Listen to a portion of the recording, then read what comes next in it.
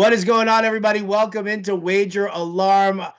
We're doing our NFL wins totals series here. I'm Howard Bender. With me, of course, Craig Mish. Craig, how you doing tonight?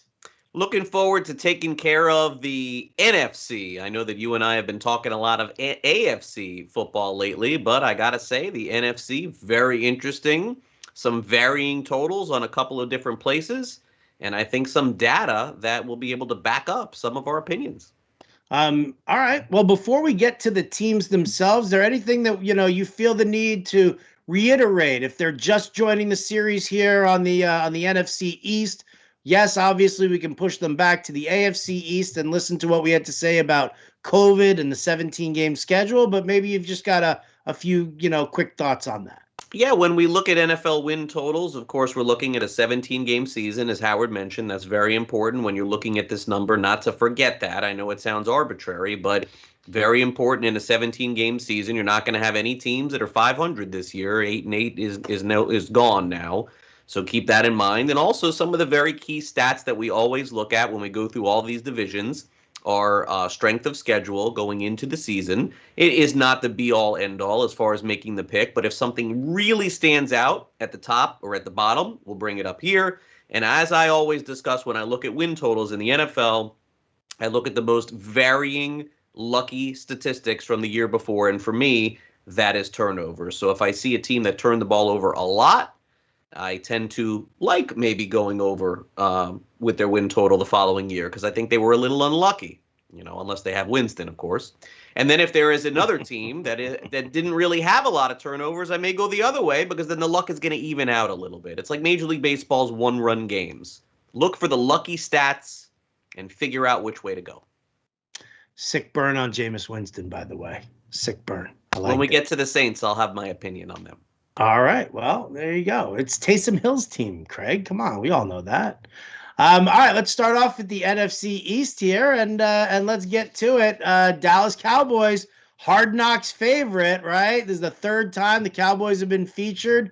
Win total was a FanDuel Sportsbook, 9.5 is what we're looking at. But as we're recording this, Dak Prescott going for another MRI. The Cowboys say it's nothing to worry about, and it's not a setback at all, but this is what we're looking at right now for Dallas. We know that their defense still struggles a little bit, but where are you at here with this line? It's like right there at that spot where I don't want to bet it.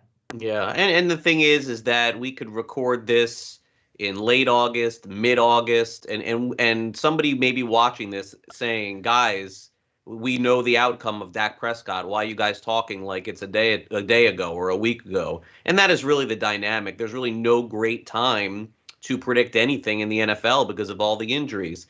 So that being said, look, you could go with this one way or the other. If you told me Dak Prescott was playing 17 games this season, I think they have the most dynamic offense in the NFL. And I think you're probably getting them a little bit at a discount in terms of where their win total is this season. I mean, you look at it and you're right. It's 9.5 in some spots.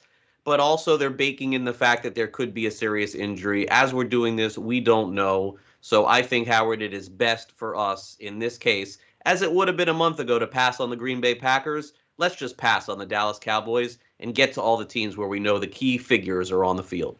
Yeah, everybody passes on the Dallas Cowboys anyway. So except for your co-host on the radio. I was doing a little fantasy football joke there, but Here we go. Gotcha. All right, well, let's continue in the division then. Let's go to New York. The football Giants, Craig. 7 is their total. You've got Daniel Jones, Mr. Turnover himself. They do get Saquon Barkley back. He is now ready to go. Did the offensive line improve enough in order to help make this offense hum? Well, what do you think? Joe Judge, Jason Garrett clapping his hands. Are we going in on the Giants? Yeah, call me Coach Howard. That's the way that I like it. Yeah, I'm leaning under here on the Giants. Not a fan of the direction that they're going. Didn't love their draft. Thought they had a lot of other needs to attack, and they didn't. We obviously know that in the offseason they attempted to upgrade the team by getting a wide receiver. Is Kenny Golladay. As we're doing this, Kenny Golladay is not on the field. And by the way, hasn't really been on the field a lot over the last couple of years. I mean, is there a chance the Giants are the worst team in the NFL? I'm not sure, but I don't think they're going over the 7 wins. So right out of the gate, this is probably a lean on an under for me. I got the Giants winning 5 games this season. I think it's going to be brutal. I think they're going to make coaching changes. They may even make general manager changes. Unfortunately, the Giants just don't seem to have a clear direction right now. Dave Gettleman gets railed on a regular basis, no doubt. All right, I like the under on this one too. Doesn't do a whole lot for my social agenda. The wife's a Giants fan, and well, she gets really, really upset when they lose on Sunday. So, what are you gonna do? Philadelphia Eagles. Here's an interesting one. FanDuel's got them at 6.5. You want to bet the over on the Jalen Hurts experiment? Well, a little too much juice right there. It's at minus 150 right now. Yeah, and you can get 7 in some places, so just keep that in mind, and you don't have to pay that juice if you feel like you want the Eagles. They actually opened up less than this, Howard. They opened up 6.5 and 6 in some spots. And I guess for me, it's a little bit confusing because I don't ever envision the Eagles as being a terrible team. And when you win 6 games out of 16, okay, you're 6-10. It's pretty bad. 6-11 is a pretty horrible season, which is sort of the decision that you have to make here. I like Jalen Hurts. I mean, I thought maybe he's a better fantasy quarterback than reality. Yeah, I mean, that's possibly the case. But I still feel like there's enough talent around in this team to be around 500. But to me, this win total, maybe of all the ones that we're going to discuss, is the most peculiar. If you would have told me, Howard, when we started this, yeah, their line is 8. What would you say? Okay, well, maybe over, maybe under 6.5. My gosh, this feels too low. But because it looks so fishy, I'm going to also stay away on the Eagles. But I do think that this feels like an over to me. Are they that bad, Howard, going into the year? I don't think their offensive line. It always ends up dealing with injuries. It's a little on the rickety side. They don't have a wide receiving core. Jalen Reagor and Devonta Smith are the top 2 wideouts there. It's a first year in this new system. Taken out of the Doug Peterson era. Really, where are we at with Jalen Hurts and as far as that? And the defense really isn't that strong either. Like that's.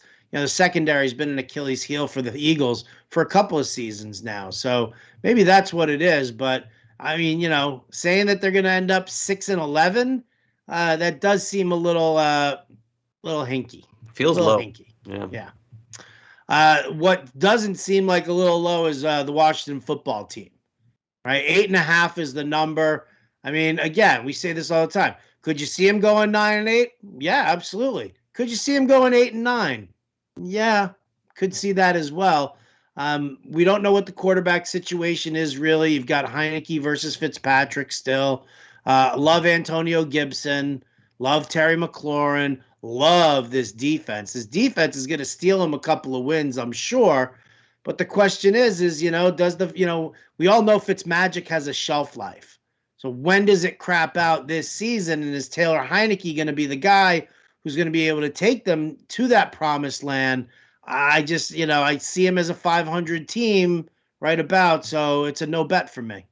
Yeah, this is so strange. We just went through the entire division, and you and I did not pick any team essentially to win 9 games. I mean, what did this division do last year? It was terrible. I know. And here we are again. It's hard to believe that we could go. This will be the 3rd straight year of this in the NFC East. And I really don't want to take the over on Washington either. I got to be honest. Like, I don't feel comfortable with that, but someone has got to win the division. So my guess is that, I'm going to pass here, but the math does not add up if I take the under. So I would have to lean over on Washington or pass it. I guess the division is really rough, but going back to the Eagles here for a minute, like if you said give me your strongest data opinion on the division, obviously I like the under on the Giants. I got to go over on someone. If I was going to go over on the Eagles, they have the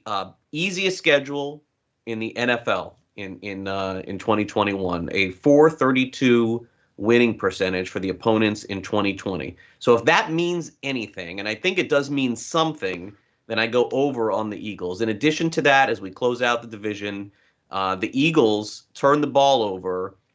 Their turnover margin last year was, I believe, 29th in the NFL at -10. Now, a lot of that, Howard, was Carson Wentz, of course, at the beginning of the season. So if those things equal out, does that mean Philadelphia is the big dark horse in this division and their total is 6.5 and maybe they win 9 or 10 games? That's probably the direction that I'm going to go here and take my shot. And also, by the way, on the websites where you can bet a team to win the division, the Eagles are not the favorites. So a very fluid NFC East. This is probably the hardest division that we're going to talk about because I really just don't like any of the teams in it. I think it would have been easier if Dak were completely healthy and everything was all fired up for the Cowboys. I could look at the over on the 9.5 for them. I could look at the over on the Eagles here and expect that the Washington finishes at 500 and it's still a no bet, and the Giants are on the under. But not knowing what's going on really with Prescott is definitely an issue. But there you go. That's what we're looking at here for the NFC East. Again, you can be sure to check all of the AFC videos that Craig and I did already, and those are up over at wageralarm.com. You can check them all out over there. You'll see some promo clips over on the old Twitter machine, and that'll help give you the links there as well. But wageralarm.com, that's where you want to be. For Craig Mish, I'm Howard Bender. We'll catch you next time.